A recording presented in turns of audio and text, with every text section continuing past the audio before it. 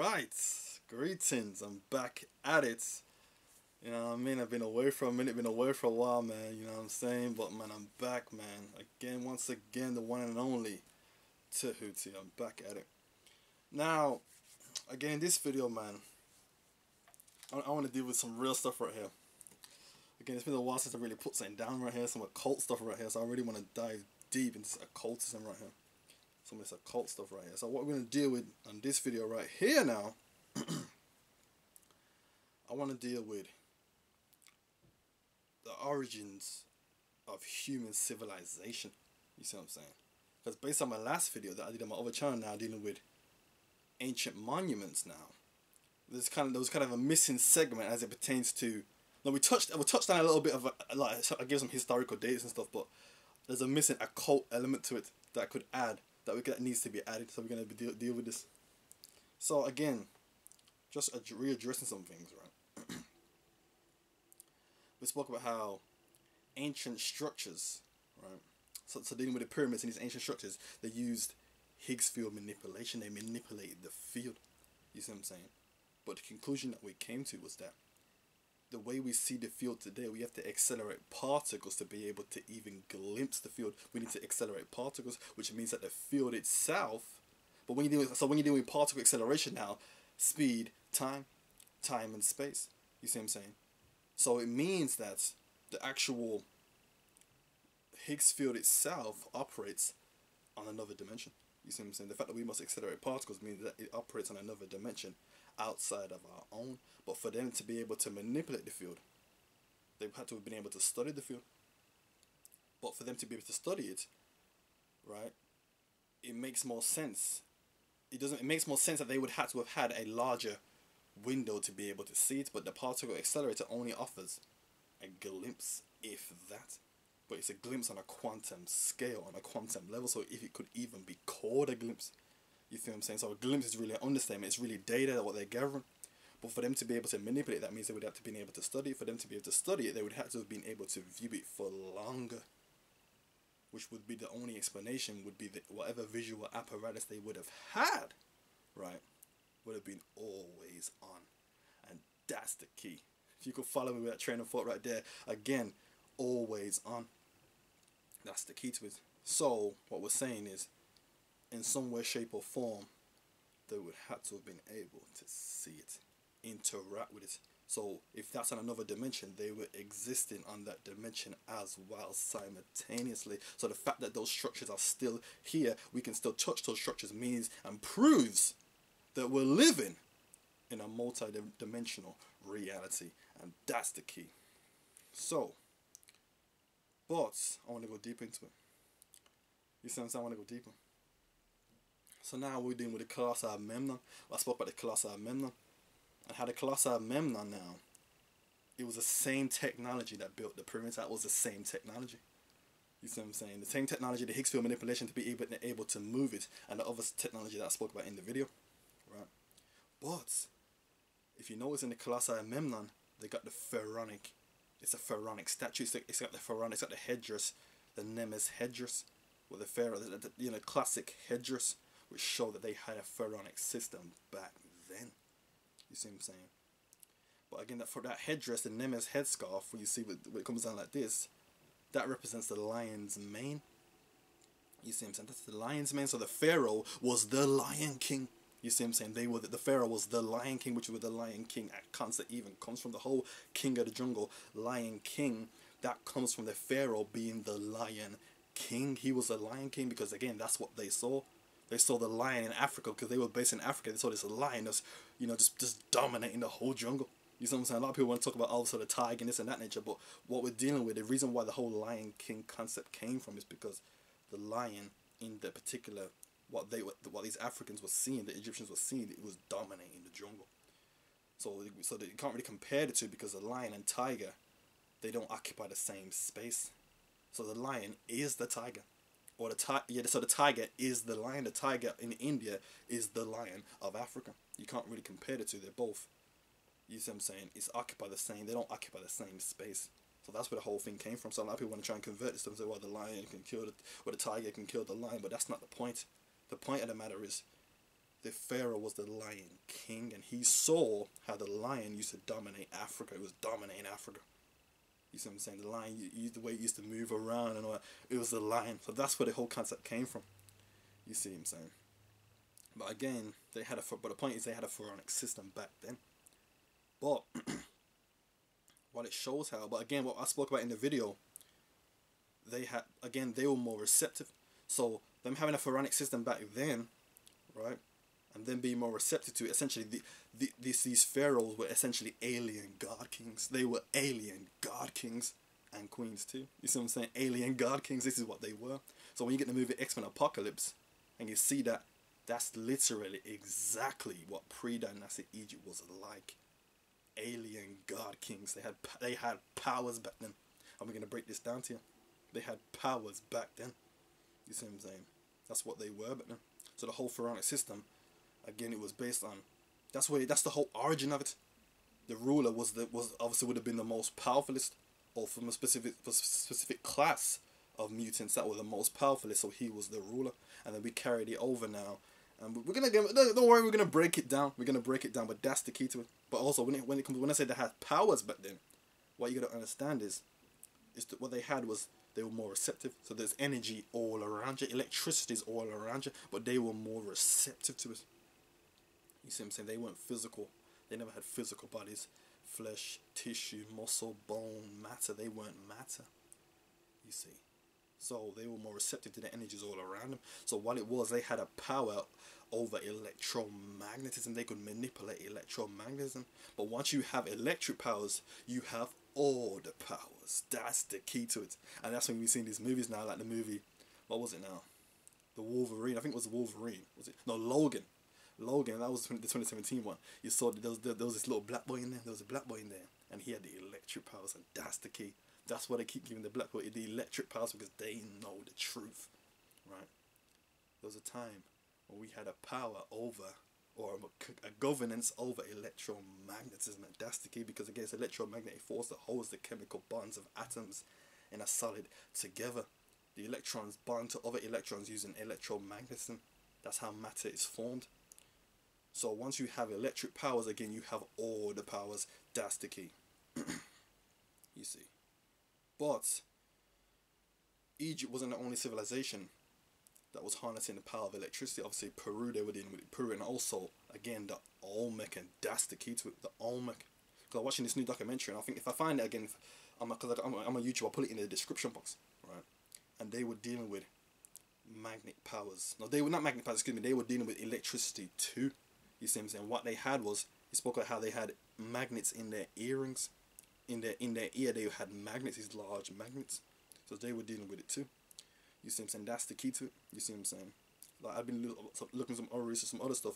Like the whole Mexican area, the whole Mexican strip. Even go into Guatemala. See, a lot of you guys, you know, you want to go into Egypt and stuff, but there's some stuff down there in Guatemala. And I've seen monuments now where they're chopping the noses off down there too. And you already know what that is. They're chopping noses off. You already know who that belongs to. So we need to start going into these other places now. So again, we've been through Egypt, we've been through them. We need to start going into other places now. Guatemala, Honduras, and all them places there, because there's some stuff down there. We've got some stuff down there too. So we need to start checking those places out. You see what I'm saying? I'm gonna break this down and tie it all in, but that's what needs to happen. But again, for all these cultures to have so many similarities, right? They would have to have been connected. A lot of people speak about this global civilization, you see. But they all would have to have originated from a single point. But in order to have a global civilization would have to have been a single point first, and then they spread out. But as it pertains to that, again, as I spoke about in the video, dealing with the pyramids and all them kind of stuff, it was built in another dimension, you see. So any civilization prior to that, prior to the pyramids era, the era of the pyramids and these megaliths, would have been a complete spiritual civilization, completely spiritual. So there will be very little, if not any evidence at all. So there will pretty much be no evidence for those civilizations at all, because they were pre-physical. Light carries information. The electron stores information. So particles of matter store information, have memories. The electron has memory. So any civilization that was prior to particles of matter, there is no recollection. There is no, you know, evidence whatsoever. You see, because time never existed back then. There would have been no record, no time. Because time, again, we know time already. I spoke about time. Time is like a measurement. It's a form of measurement, but it exists in the physical world. It has to be time and space. You see, time is a measurement through space, motion through space. You see what I'm saying? Time and space. But pre-physical, when it was pure spiritual, there was no recollection of time. There was no time. So there's no evidence to really go back that far. So, you know what I'm saying? There's no evidence to go back that far. As far as we can go back, really, is, you know, it was pre-physical, pre-dynastic. That's as far as we can go back. You see, as far as memories, as far as the recollection. You see. So now we're dealing with that. So that's the pre-physical era. Now I want to move into the physical era. Okay, actually, put it there like that. Okay, so I want to deal with this. Let me see if you got the right magazine. Let me see now. Okay, so here we go. So we're gonna read it from this right here. Take an extract from this. I wanna go into this. Yeah, you wanna start getting these. Do you wanna start getting these how it works? You wanna start getting some of these. But let's deal with this. What I want to get into now. Okay, this is what we want to get into. This is the next thing right here. We want to get into this. Hope you can see that. What does that say? The immortal cells of Henrietta Lacks. I want to break this down. I want to break the mystery. Henrietta Lacks. I'm going to break the mystery. I want to break the mystery. So now, obviously you guys have heard of Henrietta Lacks. You've heard about this. You've heard about me speak about this Henrietta Lacks. But I want to break it down. So now in this book now, I'm not going to read the whole thing, but I've read it already. And basically what they're saying here is this. They were studying cells. But cells, they kept dying. And then they came across these other cells that they weren't actually dying over time. They were actually replicating. You see what I'm saying? They said that the cells not only stayed alive, but began to double every 24 hours. And because the cells stayed alive, they were able to study them further. They were able to study them more. You see what I'm saying? Put them in certain places, put them and study them. So basically what they're saying here, based on this article right here, what they're basically saying is, modern biology is literally based off the study of the cells of Henrietta Lacks. Because they were able to they stayed alive, right, and they didn't die, they were able to study them more. So in so many words, build up modern biology. So modern biology literally was based off the cells of Henrietta Lacks. Literally, right? But I want to break down what this even means. So now I want to break down why was it her cells? Why her cells? Why Henrietta Lacks? I want to break this down to you. So now if we go back to it, so we're done with that now. I want to break this down to you. So now, again, it's a foundation of biology today, but I want to break this down why it was her cells. So now this goes back to Egypt. Right. So now the dynastic Egyptians now started to develop sciences now. They started to go into electromagnetism now, sciences now, chemistry and alchemy. They started to develop these sciences. Right. And in the video I spoke about how, I went further. Well, in the video I went further into and extended what Bobby Hemmett first spoke about, and I first extended that, where he said how the mummification process, what they was doing with the mummification process, and basically so we understand how the mummification process, what I wrote down, was more than just removing organs from the body. It was more than that, right? And it was actually an alchemical process. You see what I'm saying? And the body is actually still alive, right? It's actually still living.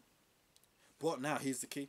But in order for them to get to that state of knowledge now, they would need trial and error, right? Trial and error. So that's the Henrietta Lacks. Henrietta Lacks, she was a reincarnation of an ancient test subject for them to be able to build up the knowledge of cells. She was an ancient test subject. That's what she was. You see, so for the formula, for the embalming process, for them to be able to build up the alchemical formula for the embalming process, she was one of the test subjects. Not her herself, but her genetic lineage. You see what I'm saying? Would have been a test subject. You see what I'm saying? So that's what we're dealing with. But she wouldn't have been just maybe not Egyptian. She could have been, and if it could have been Peruvian or whatever, we don't know. You see what I'm saying? We don't know, because they were dealing with the embalming too. Could have been Peru. Could have been mine. We don't know. But all we know is that's what it was. It was an ancient test subject. You see what I'm saying? So what does this really mean? But again, it was through her cells that modern biology is even based on. But if she is the ancient reincarnation of a test subject that the ancient Egyptians and these other cultures were dealing with cells and studying cells, what this means is that not only are melanated people the fathers of language and mathematics, but it means that we are also the fathers of modern biology. That's the key. Modern biology. You see what I'm saying? That is deep. That's deep. You know what I'm saying? Modern biology. You feel what I'm saying? But also this goes into the whole mummy stereotype. You know how they get the mummy stereotype where they always say that she show the mummy coming alive again, coming alive again. That's the key, so they know the truth. The mummy is actually still alive. So the whole, that's a little code between them. So we see it as comedy, oh, the mummy's coming alive, oh, the rapping's all coming alive, oh, it's gonna get people. You know, that's what, and that's what they put in their movies and these cartoons as a joke. But to them, it's what they're you know, exchanging real knowledge, and that these mummies are still alive on a cellular biological level. They're still living. It's still in a living state. You see what I'm saying? Still in a living state. So now I want to go into this movie, 2017 movie, The Mummy. Gotta check out this new movie, The Mummy. I think it's Tom Cruise. I think it's Tom Cruise's new one. Basically, what it was that, just a quick summary, but I want to break down how it also ties in They Know the Truth. So basically, in the movie now, there was this woman in the arm in it. Also, when you're dealing with these movies, I want to add this, when you're dealing with these movies, you gotta be able to look past it now. I'm at a level now where I can look past it. I can see them as just characters. See, other people, they're not at this level, so they look at it like, or they get angry, oh, that's not what the Egyptians look like, this and no, you gotta look past it.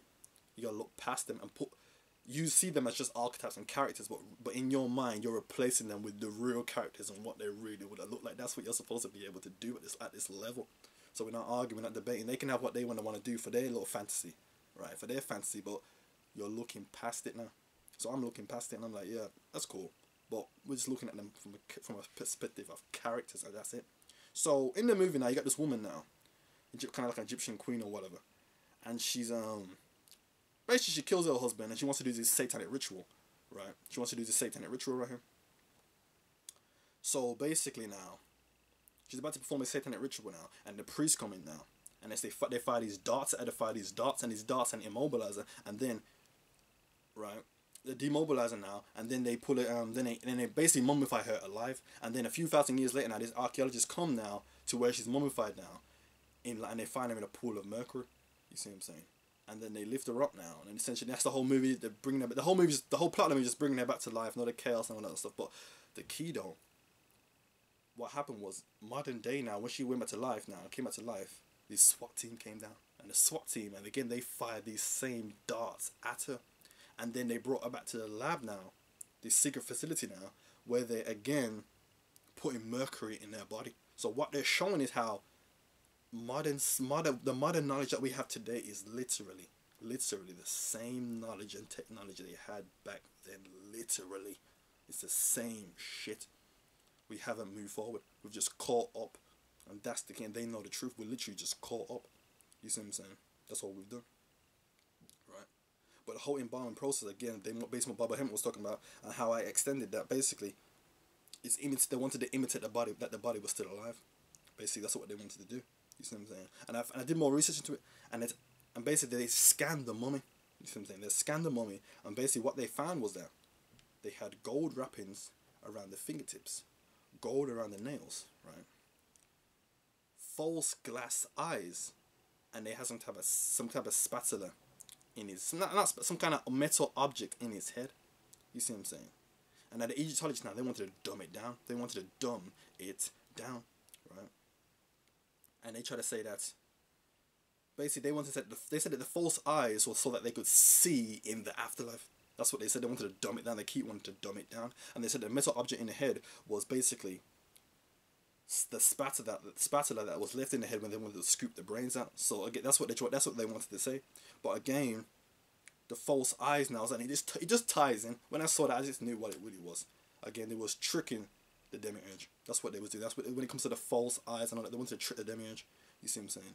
But the gold wrappings around the fingertips, when you're dealing with that, you're dealing with the fingertips now, or the fingernails are made out of keratin, and the keratin has something to do with the cells, and the gold again conducts electricity. So they were dealing with something, electricity and the cells. So again, it just shows how They had an advanced knowledge of science, alchemy, thermodynamics, and electricity. This is what they had.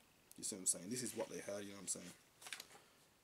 So we'll quickly just touch on one more thing. We're talking about a few more things, but I'm going to quickly show you this real quick. Let me see if we can get this. Boom, let me see. Get this. Just real quick. So again, another magazine right here. This one here, boom. Speaks about alchemy. Right. Just a little quick briefing about alchemy. But basically what it's trying to say is how it says how the origin of alchemy lies in ancient Egypt. You see what I'm saying? So they admit that it comes from Egypt. But their whole thing with alchemy, they talk about it's metal to gold. But that was really a later day version of the alchemy. But the original alchemists, they were dealing with more physics. And they understood that it was electromagnetic force that holds the chemical bonds of atoms and solid together. And if we could break these bonds now, certain things will happen. You see what I'm saying? But like I said, but the later day alchemy, once they had that science already, understood the electrons, then it became more of a process and an art form after that. And more of like a religion type of thing. But prior to that, they were dealing with straight physics. But they want to dumb it down. And that's the key to it. But I want to show you this real quick. Just quickly this. Now it's interesting. That's interesting. What is it right there? Automatic doors, right? And it's what the funny thing was. I don't know how, but the funny thing was a few months ago I actually had a dream about this door. But see, they show you that they use fire to start the mechanism. But in my dream, they had a crystal, right? And what happened was the light would hit the crystal, or the crystal would charge with energy, and then it would have this coil, and it would charge the coil. Then it would go to the water, and the water pressure, then it would go through the water, and then it would open the door itself. That was a dream that I had. So just interesting. I had no idea about this whole automatic door before I even bought this magazine. I had no idea that I had this, and I had the vision, and I wrote it down. I drew it afterwards, and I saved it on my phone. I drew it, and literally, I'm gonna read this magazine, and boom, it's right there, man. You know what I'm saying? It's right there. So again, I actually shows that I'm connected to this. I'm having these visions, I'm having these dreams. It shows I'm connected to this, but again. What they had, it wasn't fire, they was using crystals and thermodynamics. So I'm saying it just lined up for me. Just lined up. But that's one of the quickly throw that out there, you know what I'm saying? Sometimes I have dreams about this stuff too. I have dreams about this. But now I want to wrap this up. So now I want to deal with the modern day. So again, based on what I've just said now, the rulers of today, they want to fool you into thinking that it's all new, everything's new. You see what I'm saying? And that this is all new, we're making new discoveries, but really we're just catching up. And we're not even close to where we were millions of years ago dealing with the pre-dynastic. So we're just catching up. You see what I'm saying? And they're talking about, oh, the electron and quantum physics. They just developed this in the 1900s. But they've been had quantum physics. Been had it. You see what I'm saying? So again, they want to keep this going. You see what I'm saying? But again, this was originally our world. But now it's his world now. You see? But he wants his own world. He wants a fresh new start. You see, so when we're dealing with that now, he wants a fresh new start. So what's going on now is, well, I was talking this for the whole going to Mars and all that, but see, what does it say there? Let me see if we can look into that. We can see that there. So we say that Elon Musk wants to go colonize Mars by 2024. So originally it was 2030, so now they moved back to 2024. But again, when you're dealing with that, it's whole temporal order judgment reversal. You know what I'm saying? But the key is that, again, what you're going to understand is when they give you these dates, for this, understand that whatever date they give you, there's a deeper spiritual meaning. Because you understand, for them to want to go to Mars, it's not as simple as just shooting a rocket to space. There's different occult elements that they have to perform to even do it. You see what I'm saying? There's different quantum occult elements that they have to do to even go. It's not as simple as just shooting a rocket up. They want to make you think it's that simple, but it's not that simple. They got to do quantum occult elements. You see what I'm saying? Like these other guys want to break it, trying to debunk it and say they can't do. But as an occultist, we understand that they actually can, but it's not as simple as just shooting a rocket up. They got to do this occult process, this quantum process. The quantum leap. We spoke about this. We're not on this channel, but I've spoke about this. You see what I'm saying? So as we move, so again, that's when I close out now. So again, that's the key to. That's where he wants to go next. He wants to have his own reality now. He wants to go to Mars. He wants to keep this reality going. So as we move into 2018, I want to close this up now. As we move to 2018 now, what you're going to find is now, they're going to start, they're going to push more of it now. They're going to push into this new reality now. They're going to do more different things, more psyops. All these things are going to come forward so they can essentially get their dream of going to Mars, going to space. That's the key. They want to go to space, you see. But again, any date that they give you, There's a deeper spiritual meaning. It's a spiritual event that they want to use that as a backdrop to propel their agenda. Use that as that spiritual event as power. So any dates that they give you are key dates. I don't want to go into no prophecies. I don't want to make no prophecies. I don't want to go into it. But any dates that they give you, those are key dates. All right, those are key dates. So again, man, that's the key to it, man. So again, I'm gonna give a final message, man. So again, as we move into 2018, I hope you guys will continue to support me. You know what I'm saying? For what I do further, not just on this channel, but on my other channels and stuff, and what I do further, and I appreciate all the people that support me up to this point, the guys that have been following since day one, follow me on this journey of knowledge and truth since day one, and I hope you guys continue to support me as we move into 2018. You know what I mean, man? So yeah, man. So guys, I appreciate the support over the years that I've been doing this, you know what I'm saying? So yeah, guys, man. So I hope you guys enjoyed the video. I hope it's good information. Alright, people. Thanks for watching.